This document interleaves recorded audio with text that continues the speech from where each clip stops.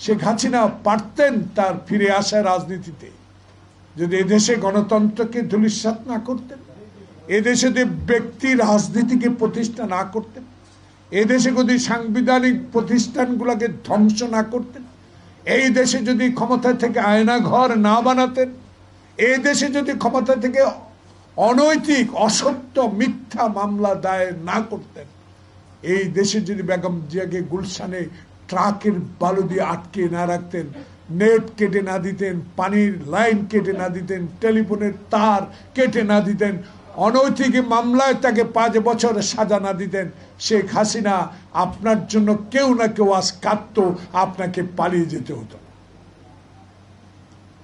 তাই আজকে ভবিষ্যৎ প্রজন্ম সকলেই শিক্ষা নিতে হবে যে রাজনীতি আপনার ব্যক্তিগত সম্পদ না, রাজনীতি হলো জনগণের, রাজনীতি দেশের জন্য, রাষ্ট্রের জন্য। আমার নেতা মির্জা ফখরুল ইসলাম আলমগীর এটাকে ঐতিহাসিক বলেছে, কারণ এতদিন পরে ঐতিহাসিক বলার অর্থ শাহাবুদ্দিন যদি 3 মাসে একটি নির্বাচন করতে পারে, 1 বছর আর 2 দিন পর পার হবে, ফেব্রুয়ারি মাসে যদি নির্বাচন ইনশাল্লাহ হয়, তখন হবে 11 মাস, কত 4 মাস, 1 বছর 4 মাস।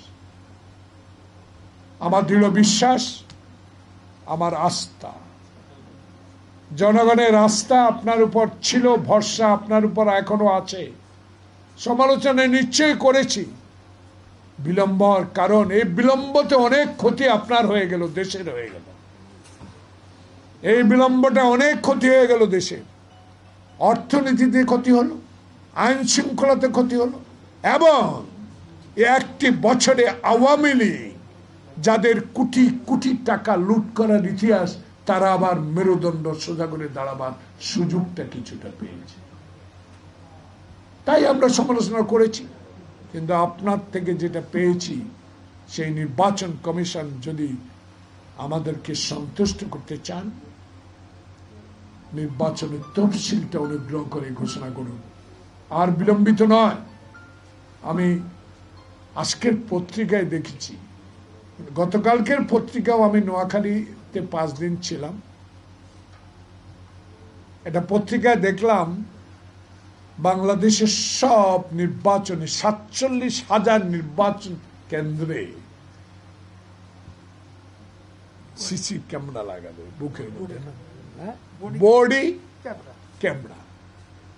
জাহাঙ্গীর সাহেব, আপনি আমার সাথে যোদ্ধা, একজন অনেক ভালো মানুষ, সৎ মানুষ, লাগান। আবার আজকে বলেছেন লটারির মাধ্যমে এসপি আর ওসি বদলাবে। আমার প্রশ্ন, আজকে এই ক্রাইম রিপোর্টার্স থেকে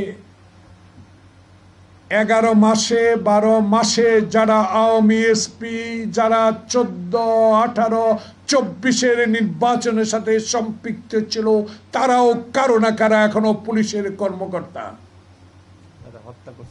যারা হত্যায় গুলি চালাবার নির্দেশ দিয়েছে, যারা খোকনকে গুলি করেছে, ওয়াসিমকে গুলি করেছে, মুগ্ধকে গুলি করেছে, সেই সব প্রেতাত্মারা এখনো আছে।